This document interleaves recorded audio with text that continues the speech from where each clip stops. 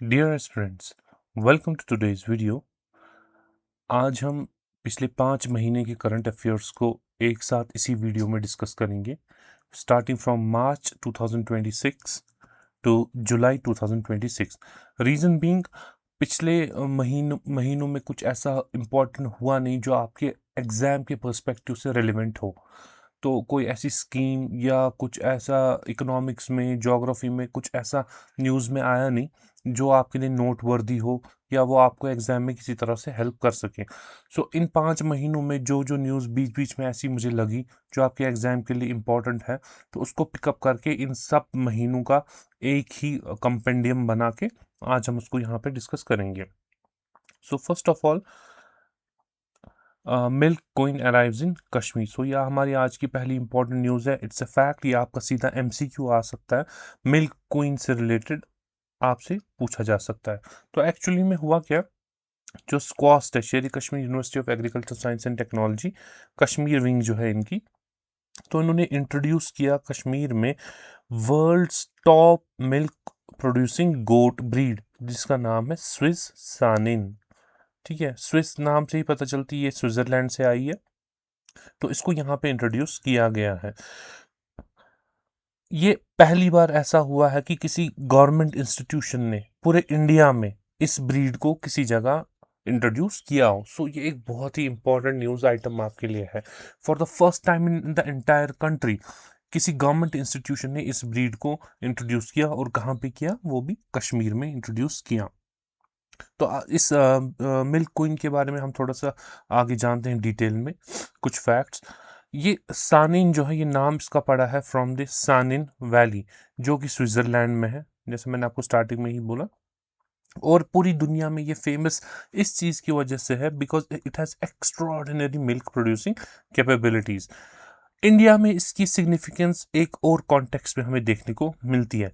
It was Mahatma Gandhi who first brought the Saanen goat to our country. तो पहली बार, हालांकि किसी गवर्नमेंट इंस्टीट्यूशन, जैसा मैंने कहा, किसी गवर्नमेंट इंस्टीट्यूशन ने इसको पहली बार इंट्रोड्यूस किया है कंट्री में, बट एज एन इंडिविजुअल अगर हम बात करें, एज अ पर्सन, तो इट वाज महात्मा गांधी जिन्होंने इसको पहली बार कंट्री में इंट्रोड्यूस किया, और उन्होंने इसको टाइटल दिया poor man's cow. So this is very very important for you कि पुअर मैन्स काउ किसको बोला जाता है और किसने ये नाम दिया है पुअर मैन्स काउ का। ठीक है, ये मिल्क जो गोट प्रोड्यूस करती है, इस मिल्क को हम बोलते हैं A2 मिल्क। अब मिल्क के बहुत सारे टाइप्स होते हैं, तो इसको A2 मिल्क हम बोलते हैं, जिसकी मार्केट रेट भी नॉर्मल काउ मिल्क से ज़्यादा होती है। तो इसके मिल्क की अगर हम बात करें, उसमें there is no order in it, कोई कैरेक्टरिस्टिक, कोई अलग सा ऑर्डर है नहीं इसको। ऐसा देखने में आया है, अगर किसी डाइट में सडनली कोई ऑर्डर में चेंज आ जाती है तो people find it difficult to shift from one diet to another. But यही एक रीज़न है इसके मिल्क का कि इसमें ऐसी कोई स्मेल नहीं है, तो इसको एक्सेप्ट करना खास तौर से अर्बन कंज्यूमर्स के लिए उतना ज़्यादा डिफिकल्ट नहीं रहा है। प्लस इसका मिल्क जो है वो नॉन एलर्जिक है, ईजी टू डाइजेस्ट है, और it is highly recommended for children, elderly, और जो लोग बीमार होते हैं उनके लिए। तो ये जो वल्नरेबल ग्रुप है, इसके लिए इसकी काफ़ी ज़्यादा इंपॉर्टेंस है। ये फैक्ट्स मैं आपको यहाँ पे इसलिए बता रहा हूँ क्योंकि आजकल एमसीक्यूज का पैटर्न अगर आप देखेंगे तो उसमें आता है consider the following statements regarding Saanen goat. तो उसमें आपको बहुत सारी चीज़ें उसके बारे में लिखी होंगी, जिसकी हाई प्रोबेबिलिटी है कि इन्हीं फैक्ट्स में से कोई क्वेश्चन के तौर पर वहाँ पे पूछा जाएगा। ओके, सो मूविंग फॉरवर्ड, हमारी ज्योग्राफी से, डेमोग्राफिक्स से रिलेटेड क्वेश्चन है यहाँ पे। जम्मू एंड कश्मीर की पॉपुलेशन ग्रोथ जो है, it continues to slow. Grow नहीं हो रही, it continues to slow.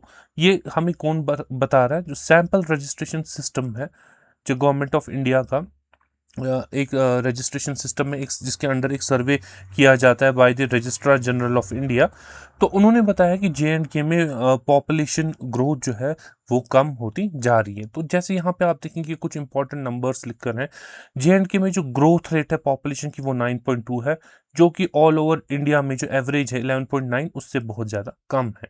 J&K में बर्थ रेट 14.6 है, all over India average is 18.3। इसी तरह से जे.एंड.के में डेथ रेट भी 5.5 है, जो कि ऑल ओवर इंडिया 6.4 है।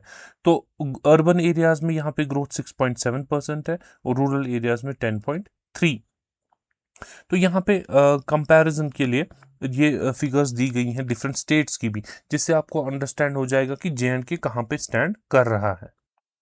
तो यहाँ पे अगर आप ग्राफ को देखेंगे, जे.एंड.के में पॉपुलेशन ग्रोथ जो है वो कम है एमपी से, राजस्थान से, यूपी से और बिहार से। So it has the 5th slowest growth in India, another important fact for you. ठीक है, तो यहाँ पे पॉपुलेशन ग्रोथ बढ़ने के बजाय कम हो रही है। जैसा यहाँ से हमें पता चल रही है, बर्थ रेट भी कम हो रही है, डेथ रेट भी कम हो रही है। तो ऑब्वियसली जो पॉपुलेशन ग्रोथ है उसका फॉल होना बनता ही है। Now moving forward, cancer has been declared as a notifiable disease in J and K. Very very important, जो आपके हेल्थ सेक्टर से रिलेटेड है। तो कैंसर को नोटिफाई किया गया है, नोटिफाइबल डिजीज इसको करार दिया गया है। इसका क्या मतलब है? अब क्या करना है, अब जहां कहीं भी हॉस्पिटल हो, लैब हो, क्लिनिक हो, उन सब को गवर्नमेंट को कैंसर के केसेस रिपोर्ट करने हैं। यानी कि इन हॉस्पिटल्स में, लैब्स में, क्लिनिक्स में अगर टेस्ट के दौरान किसी का कैंसर डिटेक्ट होता है तो इन हॉस्पिटल्स को, इन एस्टैब्लिशमेंट्स को इमीडिएटली ऐसे वाले केसेस जो हैं वो रिपोर्ट करने हैं किसको? गवर्नमेंट को।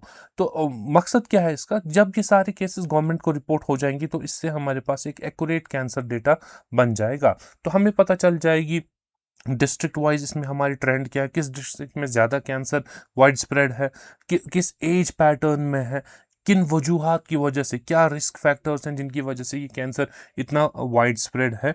तो कैंसर को नोटिफाइबल डिजीज करार देने से ये सब चीज़ें हम आगे जाके इसमें कर सकते हैं। उसके अलावा गवर्नमेंट इसमें एक प्रॉपर प्लानिंग कर सकती। जब गवर्नमेंट के पास ये वाला डेटा आ जाएगा तो इसके बेसिस पे इसमें एक प्रॉपर प्लानिंग होगी। उसके बेसिस पे इसके लिए एक पर्टिकुलर बजट अलॉट होगा, जिसमें पेशेंट्स की हेल्प की जाएगी, जिसमें हॉस्पिटल्स की फंडिंग की जाएगी इस डिजीज़ को क्योर करने के लिए, और इसमें रिसर्च के लिए भी पैसा अलॉट किया जाएगा। So it is seen as a major step in responding to J and K rising cancer burden. जैसा कि आप जानते होंगे, जम्मू एंड कश्मीर में कैंसर जो है it is on A rise. यहाँ बहुत सारे कैंसर केसेस जो हैं वो डिटेक्ट होते जाते हैं हर साल। तो इस पैटर्न को क्यों ऐसा हो रहा है, क्या हम इसमें कर सकते हैं, कैसे हम प्रिपेयर कर सकते हैं, क्या बजट एलोकेशन होगी, वो अब पॉसिबल है because cancer has been notified as a disease in Jammu and Kashmir. उसके बाद हमारे इकोनॉमिक सेक्टर से, जम्मू एंड कश्मीर में हर साल 25,000 ग्रेजुएट जो हैं स्टूडेंट्स वो पास होते हैं, बट उन 25,000 में से सिर्फ 13% जो है वो वर्क फोर्स में आ पाते हैं। यानी कि इन 25,000 में से सिर्फ 13% ऐसे हैं जिनको एम्प्लॉयमेंट मिलती है। तो ये कहाँ से हमें पता चली है? It is as per the periodic labour force survey, जो ये यूनियन गवर्नमेंट कंडक्ट करती है, इससे हमें ये पता चली है। उसके अलावा 6.7% जो है यहाँ पे अनएम्प्लॉयमेंट रेट है जे.एंड.के में, which is one of the highest in the entire country. तो ये एक बहुत ज़्यादा प्रॉब्लम है हमारी यूटी के लिए, हमारे जे.एंड.के लिए, बिकॉज अगर 25,000 ग्रेजुएट्स हर साल निकल रहे हैं बट सिर्फ 13% ही हमारे वर्कफोर्स में जा पा रहे हैं, इसका मतलब बाकी जो है या वो अनएम्प्लॉयड रह रहे हैं, या वो अंडर एम्प्लॉयड रह रहे हैं, या वो सेल्फ एम्प्लॉयमेंट में थोड़ा सा अपने आप को एडजस्ट कर पा रहे हैं। तो अगर हम एम्प्लॉयमेंट सेक्टर की बात करें, 80% ऑफ द वर्कफोर्स जो है वो एग्रीकल्चर सेक्टर में ही काम करती है। सो यहाँ पे जो पॉपुलेशन है वो एग्रीकल्चर पे काफ़ी ज़्यादा डिपेंडेंट है।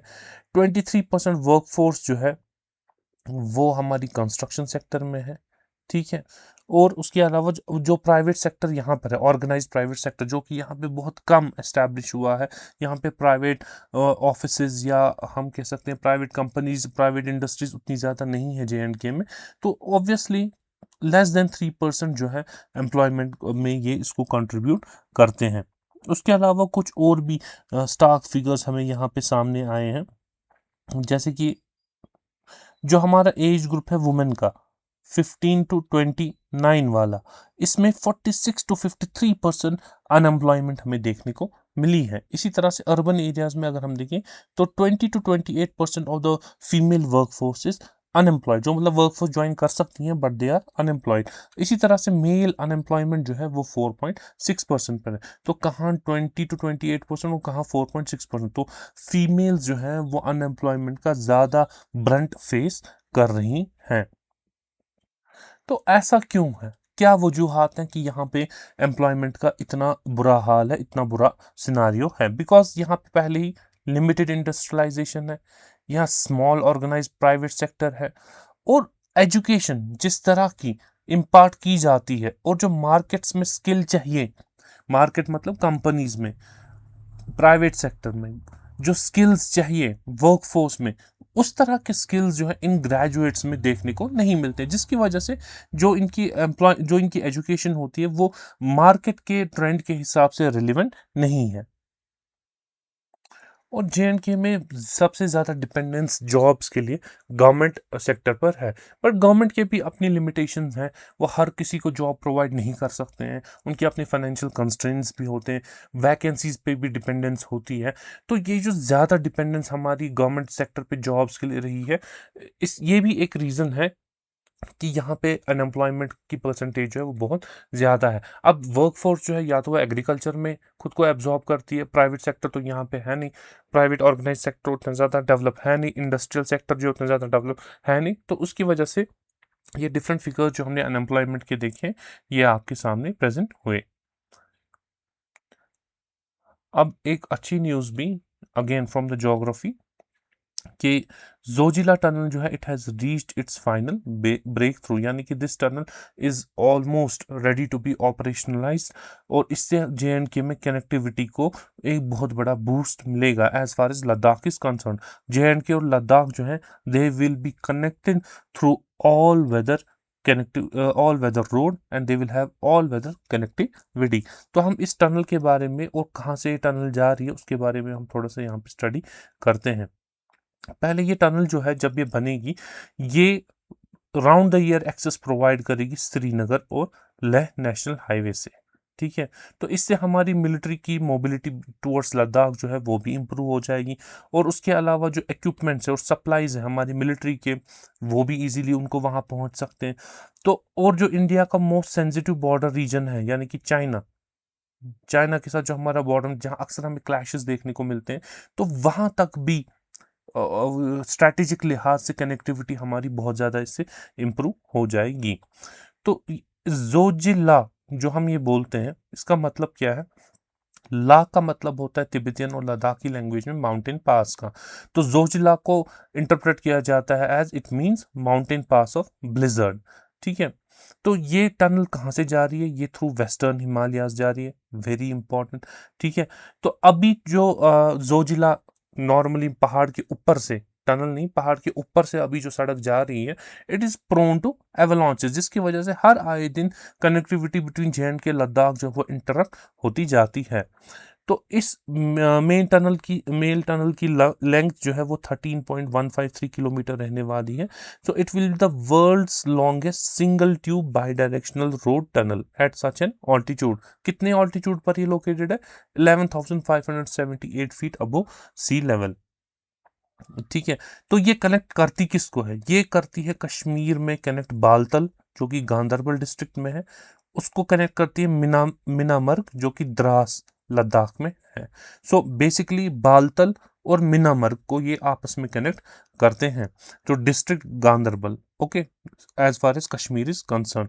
तो ये जोजिला पास जो अभी प्रेजेंटली जोजिला पास जहाँ ऊपर से गाड़ियाँ चलती हैं उसके बिल्कुल नीचे से ये टनल बनाई गई है। तो इससे ट्रैवल टाइम जो है 1-1.5 घंटा जो अभी हमें लगता है बिटवीन बालतल और मिनामर, 1-1.5 घंटे से ये रिड्यूस होकर सिर्फ 15 मिनट्स रिड्यूस हो जाएगा। और गांधरबल से करगिल की जर्नी जो है वो 3 घंटे से ड्रॉप हो जाएगी टू 20 मिनट्स। तो आप देखिए, और जो डिस्टेंस है बिटवीन बालतल एंड मीनामर्ग, ये हो जाएगी 40 किलोमीटर से रिड्यूस टू 13 किलोमीटर।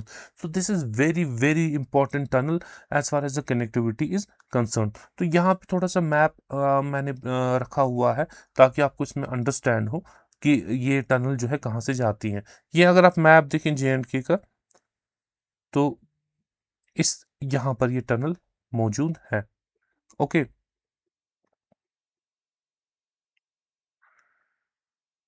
तो एग्जिस्टिंग रोड अभी जहां से हम जाते हैं वो ये है, ये हमारी एग्जिस्टिंग रोड है। ओके, तो अब ये वाली टनल क्या कर रही है, ये रहा बालतल, ये रहा मीनामर्ग यहाँ से। तो ये टनल जो है इस रोड को बाईपास कर रही है, इसके नीचे से जा रही है और एक डायरेक्ट कनेक्टिविटी इसके बीच में प्रोवाइड कर रही है। ठीक है, इसको थोड़ा सा और इलेबरेट यहाँ पर किया हुआ है पूरे रूट को। तो यहाँ पे काफ़ी सारी टनल्स हमें देखने को मिलेंगी। जैसे हमें पहले यहाँ पे जडमो टनल है जो कि गगनगीर एरिया में है, जो कि कश्मीर डिवीजन में फॉल करता है। फिर उसके बाद यहाँ पे जोजिला टनल आएगी, ये यहाँ पे this is the Zoji La tunnel, जो द्रास मीनामर्ग द्रास लद्दाख को कनेक्ट करेगी बालतल के साथ। ठीक है, so I hope this is very clear to you. ये कुछ इंपॉर्टेंट फैक्ट्स है जो हमें इन 5 महीनों में मिले। तो हम ऐसे ही इंपॉर्टेंट फैक्ट्स को कलेक्ट करके उनको आपके सामने एक्सप्लेन करने की कोशिश करेंगे। हम मिलते हैं ऐसे ही नेक्स्ट इंटरेस्टिंग वीडियोस में। Till then take care and good bye.